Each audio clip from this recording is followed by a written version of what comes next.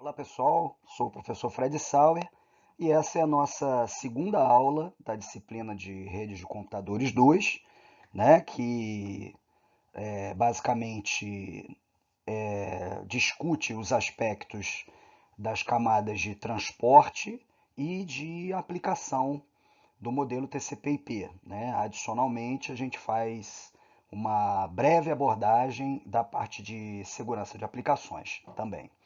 Nessa nossa segunda aula, nós vamos explorar alguns aspectos do UDP e do RTP, né? O UDP, conforme a gente já falou na aula passada, é o protocolo de transporte não confiável, né? Essa denominação, é claro que ela passa uma impressão negativa a respeito do protocolo, mas é importante entender que nem todas as aplicações demandam confiabilidade. Quando a gente fala de confiabilidade, a gente está falando da garantia de entrega. Então, em determinadas aplicações, não é nenhum problema, por exemplo, após o estouro de um timeout, uma determinada requisição ser reenviada, como é o caso da aplicação DHCP, Dynamic Host Configuration Protocol, que é um protocolo que nós utilizamos para obter endereços IP.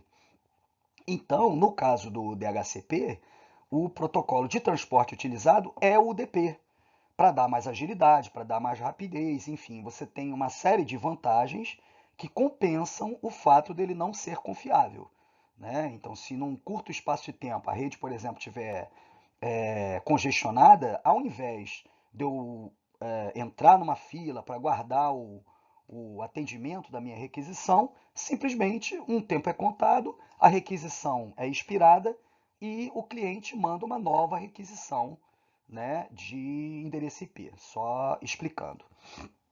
Ocorre que determinadas aplicações, apesar de serem consideradas não confiáveis, né, ou seja, não demandarem confiabilidade, como é o caso do streaming, né, já já vou explicar por quê, existe a demanda de alguma qualidade nesse serviço, como, por exemplo, a garantia de que um pacote que chegue eventualmente fora de ordem não vai ser executado, ou seja, digamos que seja uma música e você recebe um trechinho da música fora do seu momento de reprodução. Não é razoável você prejudicar a transmissão dos novos pacotes colocando, entremeando entre eles um pacote antigo. Então eu preciso ter algum controle que me permita que a aplicação descarte esse pacote atrasado. Esse tipo de serviço é fornecido por um protocolo auxiliar, né, chamado RTP, Real Time Transport Protocol. Quer dizer, apesar de serem apenas 3 letras no nome do protocolo, né, RTP, o nome do protocolo é Real Time, né, já que é uma palavra separada por hífen, né, Real Time, né? O R representa real time, o T é de transport e o P é de protocol. E isso nos induz a uma provável interpretação equivocada, que seria a de dizer, então o RTP é um protocolo de transporte. Não, o RTP não é um protocolo de transporte. É um protocolo de aplicação com funcionalidades de sessão, como a gente vai ver mais adiante quando eu apresentar para vocês o RTP. Mas vamos por partes.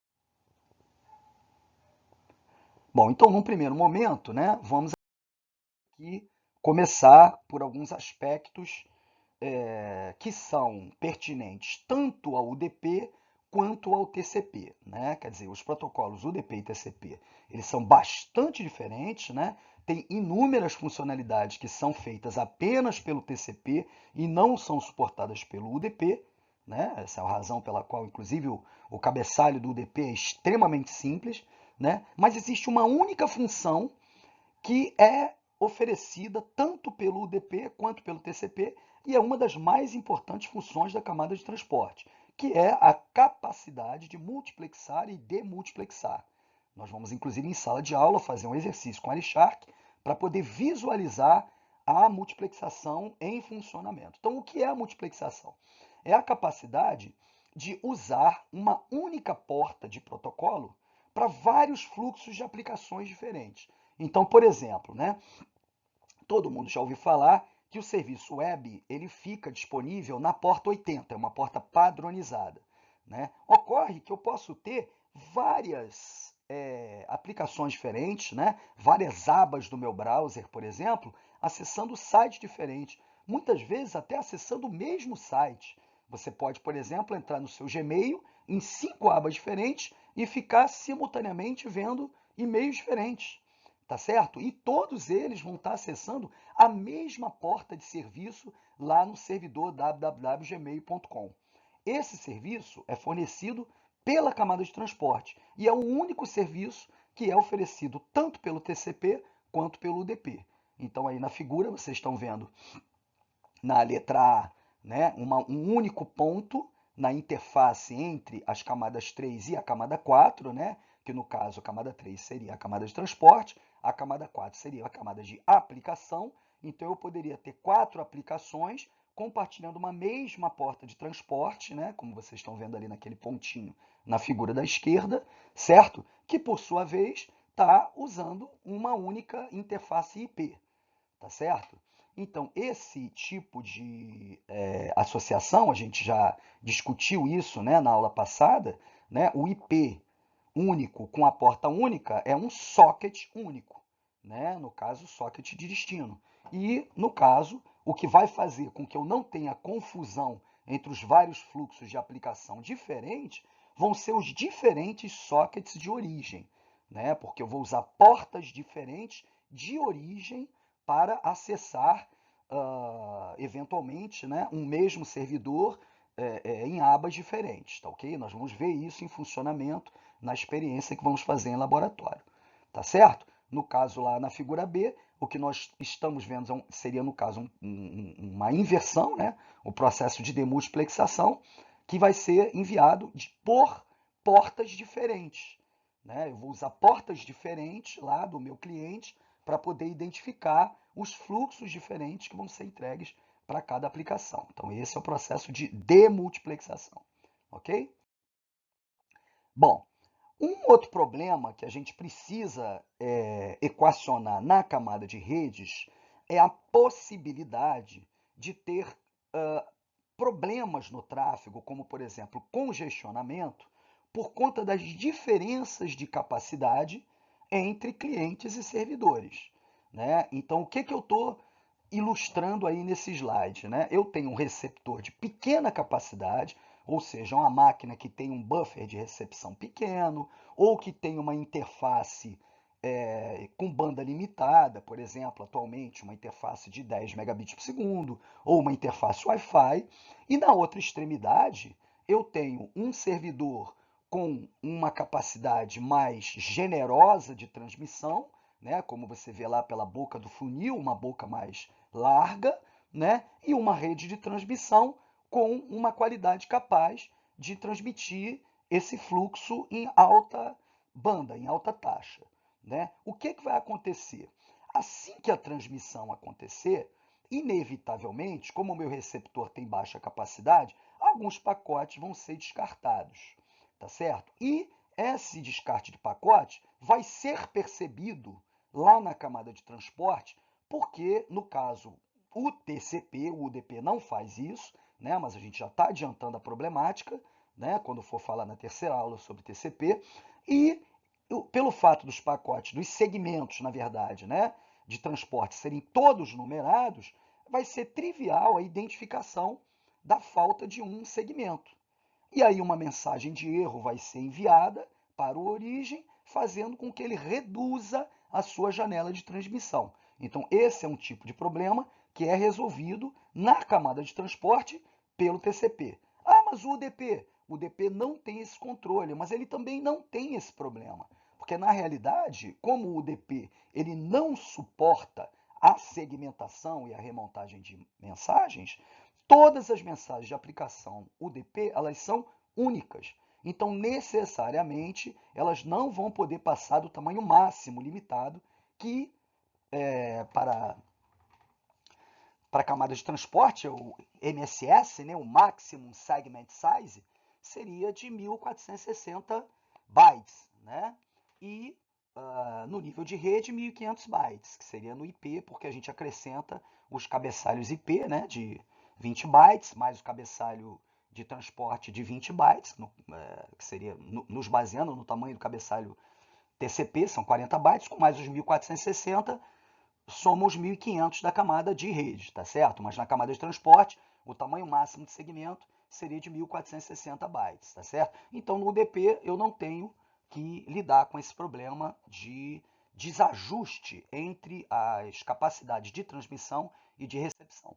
Um outro problema, claro, que pode acontecer é de eu ter um transmissor com uma capacidade generosa, o receptor com capacidade generosa, mas a rede com capacidade limitada. Na verdade, esse é o problema mais frequente atualmente, né? Então, o que nós, nesse caso, visualizamos é um problema rigorosamente idêntico ao anterior, né? Segmentos vão ser descartados, no caso aqui, não seriam descartados pelo receptor, mas seriam descartados por roteadores na própria rede. Da mesma maneira, isso vai ser identificado através da ausência de segmentos numerados pelo TCP, com as correspondentes pedidos de retransmissão, tá certo? E consequente redução da janela de transmissão para fins de ajuste entre transmissor e receptor. Não importa a natureza do problema, se foi por conta de congestionamento na rede ou se foi por conta de desajuste entre a capacidade de transmissão e recepção, em qualquer um dos dois casos, vai ter a redução da janela de transmissão para fins de ajuste entre as duas extremidades. Bom, vamos agora então apresentar o nosso UDP, né? Então, o UDP é um protocolo, como eu falei no início, né? Chamado de protocolo de transporte não confiável, certo? Porque ele não tem nenhum tipo de controle de segmentação, garantia de entrega, recibo de entrega, ele não tem nada disso. Então, basicamente, ele é usado apenas para mídias, apenas para aplicações que não exigem confiabilidade, como é o caso do tráfego de streaming, né? Por que o streaming não demanda confiabilidade? Porque o streaming é um tráfego constante, em tempo real, aonde você reproduz a mídia assim que ela é recebida. Então, ela é muito utilizada, por exemplo, em transmissão de música, transmissão de vídeo, né? Em videoconferência, enfim. Nesse tipo de transmissão, não faz o mínimo sentido que após a reprodução, né, para o receptor de uma imagem ou de um som, eu venha a reproduzir algo do passado, algo que já passou o seu momento, já passou o seu tempo. Isso seria representado, por exemplo, numa imagem, por um quadrado de cor diferente da cor que deveria aparecer ali. Né? No caso de uma música, pior ainda, seria representado por um ruído, né? Por uma frequência completamente desconectada da frequência daquela música, daquele tom musical que você está ouvindo naquele momento. Então, definitivamente, não é interessante fazer esse tipo de controle, né, de confiabilidade para o caso do tráfego de streaming. Então, exatamente por conta disso, todas as aplicações, né, da mídia, né, de streaming, muitas vezes você vê aí, mas o YouTube usa o TCP, outras soluções de streaming, outras aplicações também eventualmente usam o TCP, mas isso não é utilizado para a mídia em si, é usado apenas para o tráfego de controle, para que você possa controlar informações onde a confiabilidade é necessária, como por exemplo, o teu tempo de reprodução, a conta que você está utilizando para ter acesso aos vídeos ou à mídia, né? Um controle de quem está assistindo aquela mídia naquele momento, como é típico no Netflix e outros serviços pagos. Então, nem todos os fluxos vão utilizar a mesma solução de transporte, tá certo? Você pode perfeitamente, numa reprodução, numa aplicação que você só enxerga aquilo que você está vendo ou que você está ouvindo, você ter vários fluxos e ser administrado pelo RTP, vou explicar para vocês já já, tá certo? Todas elas vão compartilhar o mesmo socket usando multiplexação, mas algumas podem estar usando o transporte UDP e outras usando o transporte TCP sem nenhum problema, tá certo? Então, o UDP, no caso, que eu vou explicar agora, é apenas a parte não confiável, aquela parte que é entregue sem recibo, sem nenhum tipo de controle de sequência, sem nada disso. Bom, obviamente, como o UDP ele não tem esses controles todos que são demandados, que são necessários pelo TCP, o seu cabeçalho é extremamente simples, né? É um cabeçalho de apenas 8 bytes, né? Então 64 bits aí de cabeçalho, bem pequeno, certo?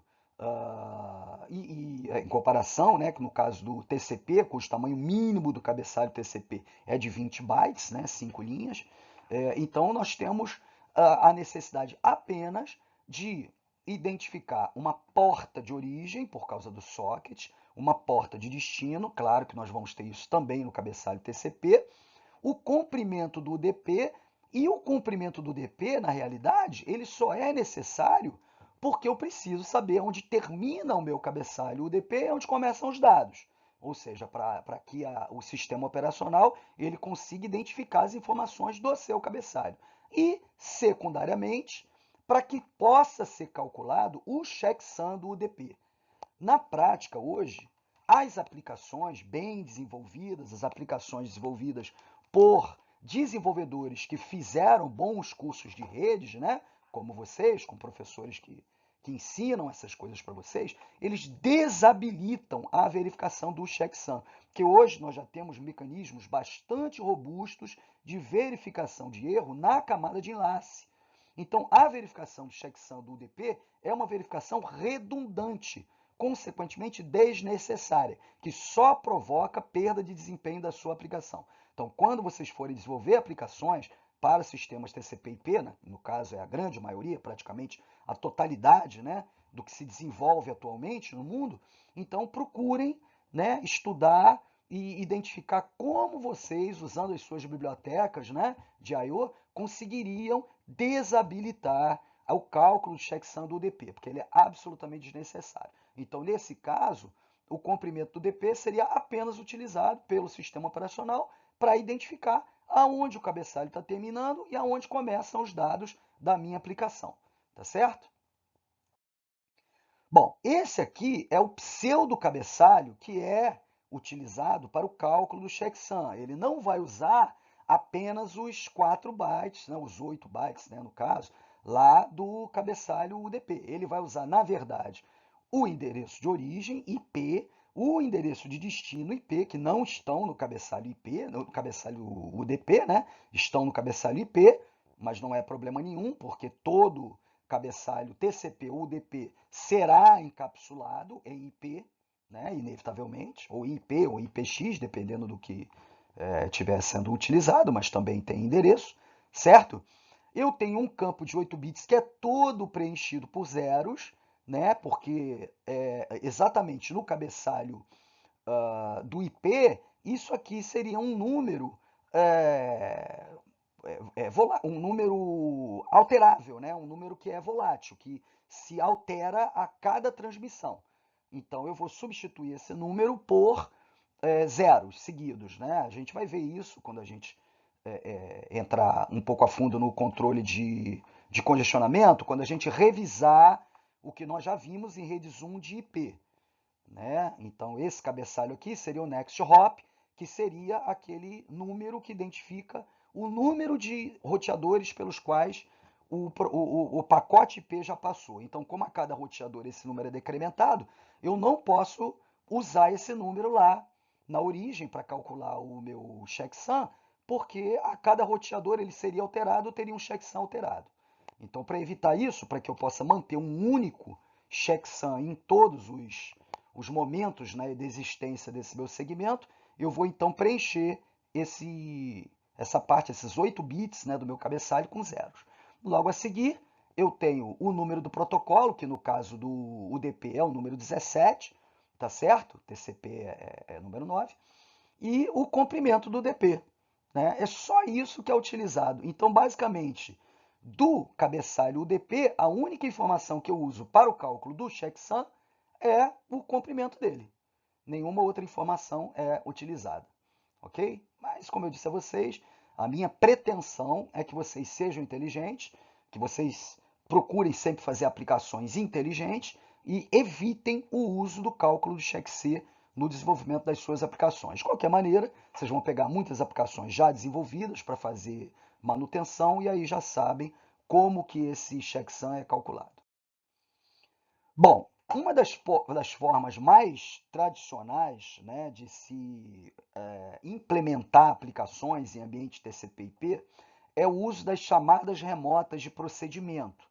Por que que esse modelo é muito utilizado? Porque ele dá uma transparência muito grande para o desenvolvedor do que acontece nas camadas de transporte, IP, enfim, de tudo que está abaixo da aplicação dele. Então, na realidade, o que vai acontecer é que você vai ter um sistema operacional lá todo desenvolvido, vai fazer a tua aplicação cliente, vai fazer a tua aplicação servidora, essa aplicação sendo desenvolvida para o uso do RPC, vai te dar toda uma transparência, porque quando você usar o teu IDE para desenvolver a tua aplicação, o teu cliente, assim como a aplicação servidora, vai ser toda desenvolvida apenas para uma interface que a gente chama de stub. Né? Então você tem lá o stub do cliente, o stub do servidor, né? Então isso no nível RPC é tudo bem alto nível, né? Um nível de abstração bastante alto, né? Você pode se referenciar aos recursos, inclusive usando nomes Windows, né? Quer dizer, ou até o próprio nome canônico, né? Do DNS, mas você vai ter toda uma transparência das questões relacionadas com o número de porta, com IPs e tudo mais. Certo? Então, o RPC é um serviço de rede, apesar de vocês, desenvolvedores, usarem ele extensivamente, mas toda a complexidade desse serviço está dentro do sistema operacional, dentro do contexto dos protocolos de rede, ok? Bom, agora vamos falar um pouquinho do nosso importantíssimo RTP. O RTP ele não funciona sozinho, ele funciona com outro protocolo chamado RTCP. Quem é o RTCP? É o Real Time Control Protocol. O que o Real Time Control Protocol faz? Como o próprio nome já diz, ele controla o RTP, certo? Então ele, por exemplo, notifica as aplicações sobre problemas que foram identificados, como por exemplo, a chegada de um pacote fora de ordem, né? Porque você vai estar usando o UDP. Vocês estão vendo aqui na figura A, né? A parte da esquerda do slide, que eu tenho o RTP, o meu socket, e o que eu tenho aqui é o UDP, não é TCP, né? Então, o RTP ele foi feito para ser executado em cima do UDP. Tá certo? Já o RTCP ele pode perfeitamente ser executado em cima do TCP para fins de controle, para fins de garantia de manutenção da informação, de controle de fluxo, certo? Então, como eu disse a vocês, o RTP ele não é um protocolo de transporte, está aqui a prova para vocês na figura A, né? O núcleo do sistema operacional eu tenho a camada Ethernet, né? Que envolve lá a minha parte toda de enlace, né? A subdivisão de subcamada MAC e subcamada LLC, nós temos a camada IP, que é a camada de rede, temos o UDP na camada de transporte. Acabou o transporte. Acima, o que eu tenho é a aplicação. Né? Então, o RTP é um protocolo de aplicação com funcionalidade de sessão. Ele não tem funcionalidade de aplicação, porque o RTP ele não é acessado diretamente pelo usuário. Ele é acessado pela aplicação multimídia, como vocês estão vendo aí. Ó. Isso vai cair na prova. Tá? Então, esse posicionamento do RTP ele é muito importante porque ele é totalmente transparente para a tua aplicação. Mas se você, no desenvolvimento da tua aplicação, você não usar uma biblioteca apropriada para o acesso ao RTP, né, você não vai conseguir agregar o serviço RTP para dar a garantia de qualidade para a tua aplicação multimídia, para a tua aplicação streaming, que você eventualmente pode estar desenvolvendo aí. Tá certo? Na figura B, nós temos o encapsulamento, o aninhamento de cabeçalhos, né? Então, mais externamente é sempre, né, o cabeçalho mais inferior, né? É claro que camada física não tem cabeçalho, porque na camada física, como nós vimos na aula passada não, na matéria, na disciplina passada de redes 1, né? A camada física é a camada 1. E qual é a única funcionalidade da camada física?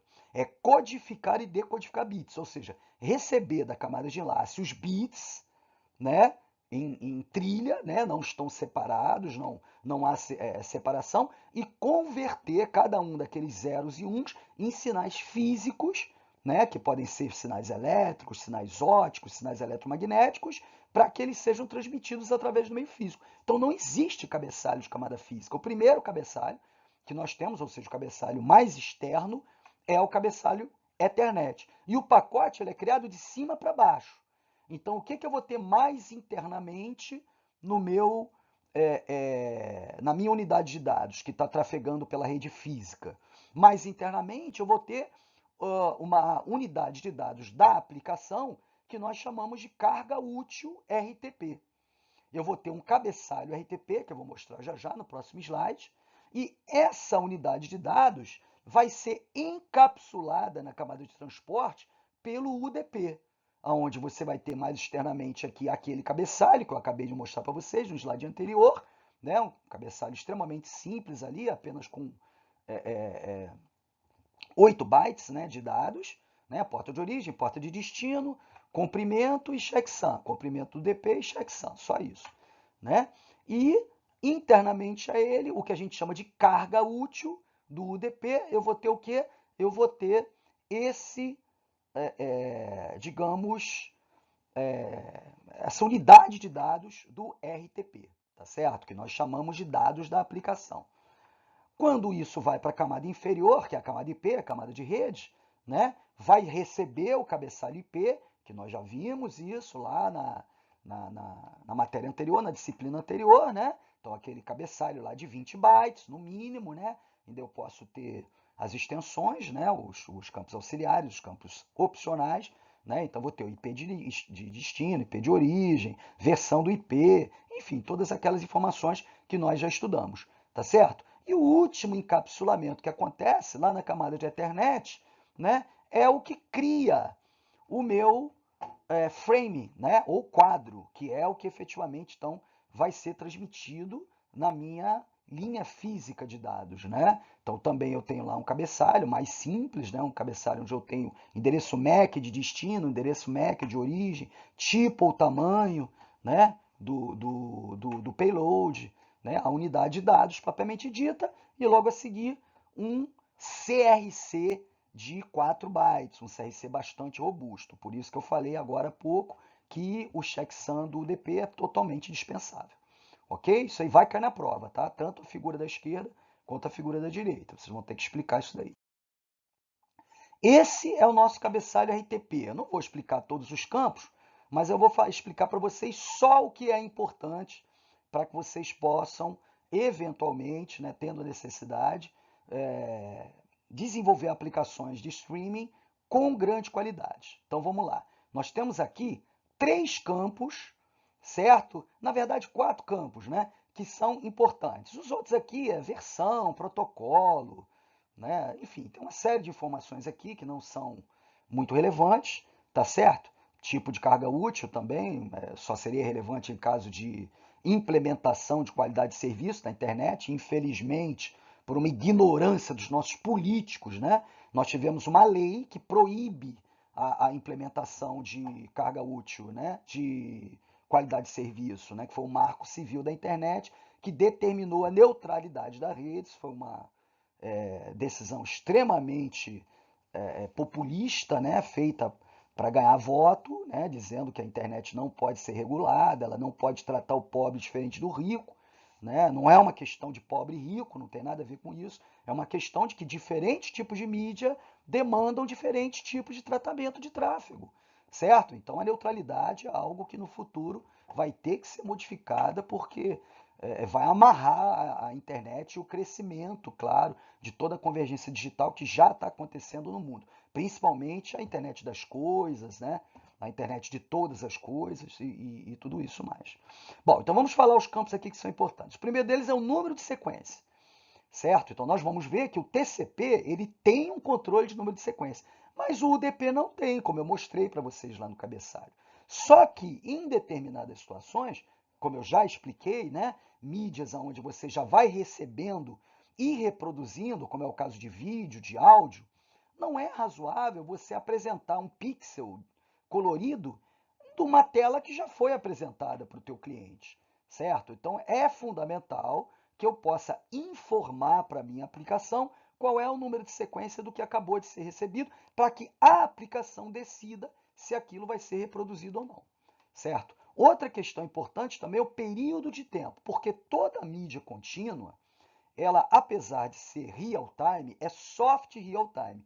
Então, pelo menos durante alguns poucos segundos, ou eventualmente até alguns microsegundos, certo? Você vai bufferizar essa mídia para poder ordenar e identificar alguma mídia que deixou de ser recebida, para poder garantir, né, uma lacuna de tempo para que a sua reprodução não seja prejudicada. Ou, por exemplo, no caso do vídeo, você, no lugar de um pixel que não chegou, que não foi recebido, colocar lá um ponto colorido idêntico ao ponto do lado, né, o de superior, inferior, lado direito, lado esquerdo.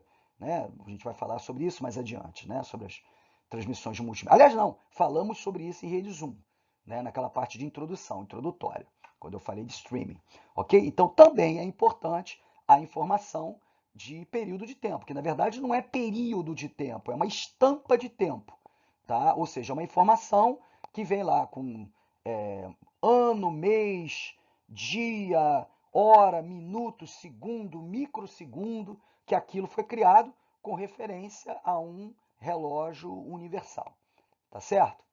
E nós temos também aqui duas importantes informações, que é o identificador de origem de sincronização e o identificador de origem contribuinte, que permitem a utilização de um único socket de transmissão da mídia para você transmitir, digamos, arquivos diferentes da mesma mídia.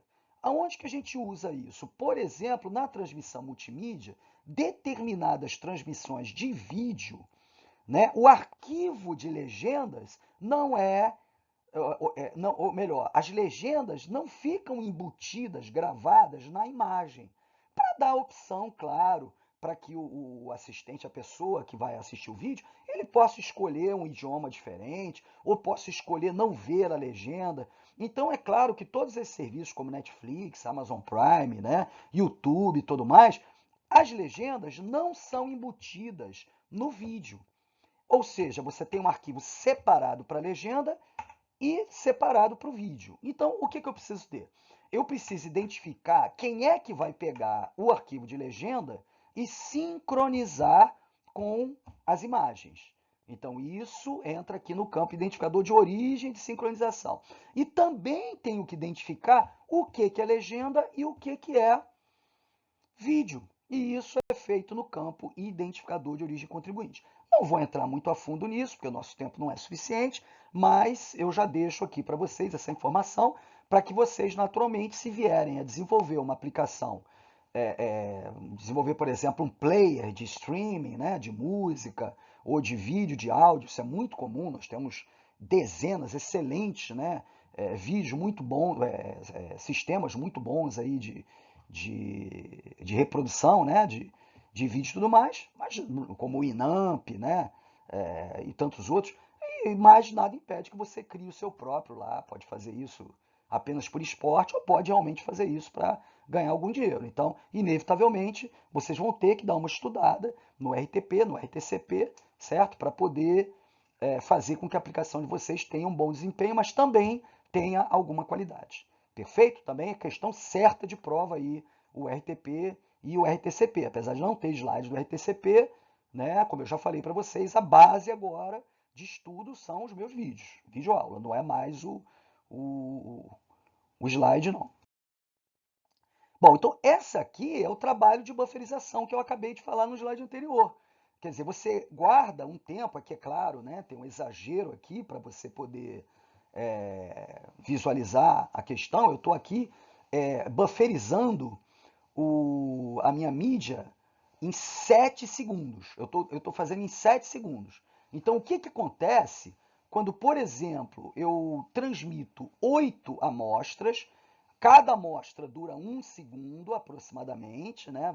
Vai ocupar um slot de 1 segundo, e eu vou transmitir isso através da rede. Então, na segunda linha, ele está mostrando lá como que o pacote vai chegando no buffer, né? Então, ele está simulando que o primeiro pacote vai chegar com 1 segundo de atraso. Mas o segundo pacote, ele já vai chegar com 4 segundos de atraso. Então, ele vai chegar lá no slot 3, né? Considerando aqui o primeiro slot 0, 1, 2, 3, certo? Vai chegar lá no slot 3. Aí ele, depois, tem mais um gap de 1 segundo, então o pacote número 3 já vai chegar no slot 6. Estão acompanhando? Estão conseguindo ver lá aquela régua de tempo que está lá, a quarta linha, né, do slide, tá certo? Então, todos esses atrasos, né, que a gente chama aí de delay, né, na minha transmissão, eles vão fazer com que, ao aguardar um tempo como você está vendo, aquele tempo inicial, que não é o tempo, né, de bufferização, é um tempo de inicial que você aguarda. Isso acontece com todas as aplicações de streaming, Netflix, YouTube, né? Toda vez que você pede para ver um vídeo, ele aguarda um tempo de alguns segundos, às vezes ali uns 10 segundos, né? Como eu estou mostrando para vocês, são 10 segundos o tempo inicial, mas depois o buffer que ele aguarda para poder ir reproduzindo é menor, é um pouco menor. No caso aqui, como vocês estão vendo, ele aguardou inicialmente 10 segundos e logo no 11º slot ele começa então a reproduzir. E ele vai reproduzindo sequencialmente, aí não tem mais espaço para gap de tempo. Então ele consegue transmitir o slot de tempo 1, o 2, o 3, o 4, o 5, o 6, o 7, mas o que acontece? Como ele reservou apenas 7 slots de tempo, né, e o oitavo slot, ainda, o melhor, a oitava informação, o oitavo segmento, ainda não foi bufferizado. Vocês observam lá na segunda linha que apenas o sétimo slot de tempo, a sétima mídia, né, transmitida, conseguiu ser reproduzida dentro do tempo, do somatório de tempo entre a espera inicial do tempo em buffer e os 7 slots de tempo do meu buffer de reprodução. Então, o que vai acontecer? A oitava amostra, né, de áudio, de vídeo, não vai ser reproduzida. Vai ser mantida uma lacuna na reprodução, que, via de regra, não é percebida pelo nosso cérebro. Né? Aquele instantezinho de tempo lá não é nem percebido. Né? E como, na verdade, essas amostras de tempos, claro, elas são muito menores do que 1 segundo, são apenas alguns milissegundos, né? Tipicamente aí algo em torno de 100, 120 milissegundos, né? O nosso cérebro nem percebe isso. E o que vem depois, né, é perfeitamente compreensível. Né? É claro que não é uma sílaba inteira, não é uma palavra inteira do que está sendo dito, e muito menos uma tela inteira de uma reprodução HD ou até mesmo SD. Tá certo? Então é importante a gente saber disso, por quê? Porque se eu for desenvolver uma aplicação de streaming, é fundamental eu usar o RTP justamente para poder controlar tanto o tempo, né, o momento onde aquela mídia tem que ser reproduzida, quanto o número de sequência dela. Porque os pacotes não vão chegar assim bonitinhos, sequenciais, como a gente está vendo aqui, ó, 1, 2, 3, 4, 5, 6, 7, 8. Ele, claro que está mostrando para você uma situação em que todos os pacotes chegaram em ordem, mas eles também podem ser recebidos fora de ordem, e aí, nesse tempo em buffer, e logo depois da passagem desse tempo em buffer, o tempo que é menor do buffer de reprodução, eles vão ser reordenados ou não, isso vai depender de você na tua aplicação. Então, se você implementar o reordenamento, ótimo. Se não implementar o reordenamento, você simplesmente vai optar por ignorar aquela mídia. Quer um exemplo de aplicação onde isso é ignorado? O Skype. Você pode perceber que o vídeo do Skype ele é de qualidade muito ruim. A ideia não é você realmente ter uma qualidade perfeita, fazer uma videoconferência. É apenas você ter uma visualização, uma interação com a pessoa que você está falando ali, mas não tem a pretensão de ser não tem a pretensão de que o vídeo substitua a mensagem que está sendo passada de forma audível. Tá ok? Bom, então, o que influencia essa minha decisão, né, da aplicação controlar ou não controlar a sequência e o descarte ou não, né, da informação que chegou fora de ordem. É que na minha rede eu vou ter, em função daquelas diferenças que que eu mostrei anteriormente, situações onde, por exemplo, né, eu tenho alguns pacotes que vão passar por um atraso mínimo, eu vou ter uma quantidade muito grande de pacotes que vão passar por um atraso médio e alguma quantidade pequena de pacotes que vão passar por um atraso alto, certo? Só que o que eu estou mostrando nesse gráfico é que uma, eu tenho uma diferença muito grande entre os atrasos, o menor atraso e o maior atraso.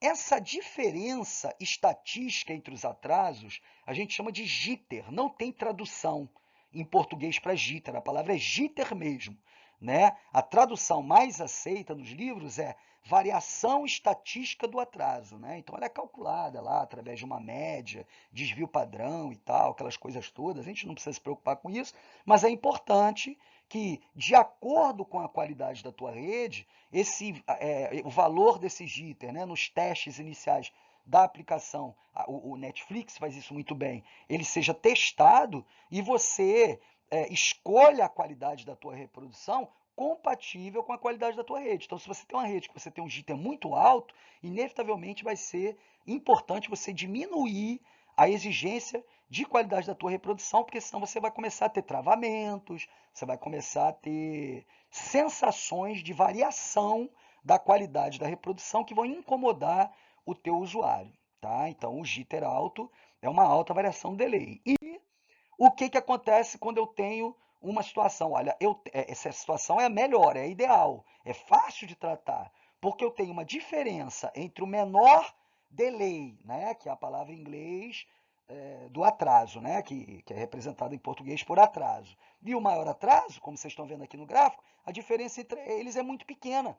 Então eu tenho um jitter muito baixo. Então como é que eu resolvo isso? Simplesmente estabelecendo um buffer, né, compatível com um atraso mais alto. Pego esse valor aqui mais à direita do atraso, vamos dizer que o atraso mais alto seja de 8 segundos, pronto, eu faço uma bufferização inicial de 8 ou 10 segundos, eu já vou garantir que eu vou poder fazer uma reprodução em Ultra HD, enfim, de acordo lá com a qualidade da minha mídia, né? É claro que desde que esse atraso também não seja um atraso de, sei lá, 20 segundos, 30 segundos e tal, porque aí o tempo de início do vídeo vai ficar realmente muito grande e incômodo para o usuário. Tá certo, pessoal? Então, são as situações que influenciam na nossa, digamos, no desenvolvimento de uma aplicação de streaming, tá? Então eu devo explorar isso em prova, inclusive, questão discursiva, né? Para que vocês me falem como vocês precisam regular as questões de rede, as questões de UDP, questões de streaming no desenvolvimento de uma aplicação. Tá ok, pessoal? Então espero que vocês tenham gostado aí da aula, né? E espero também que vocês compareçam aí o nosso encontro semanal correspondente a essa aula, porque nós vamos fazer, além de alguns debates e além de um exercício, né, de fixação que vai ser feito aí em todas as nossas aulas, vocês também vão fazer algumas experiências práticas em laboratório. Tá ok, pessoal? Ainda não planejei, mas assim que tiver planejado, vai estar aí disponível para vocês no nosso Moodle. Tá ok? Grande abraço, até a próxima.